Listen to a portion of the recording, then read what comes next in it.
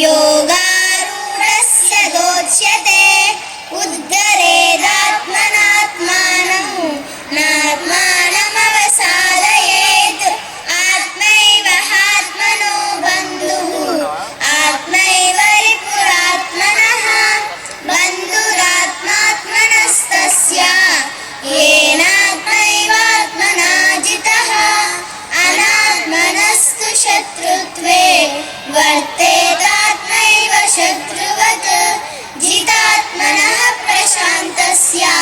परमात्मसमाहितः शीतोष्णसुखदुःखेषु तथा मानापमानयोः ज्ञानविज्ञानतृप्तात्मा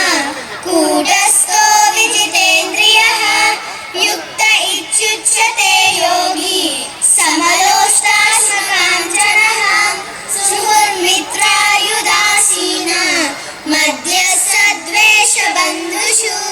साधुष्वपि च पापेषु समबुद्धिर्विशिष्यते योगी युञ्जीत सततं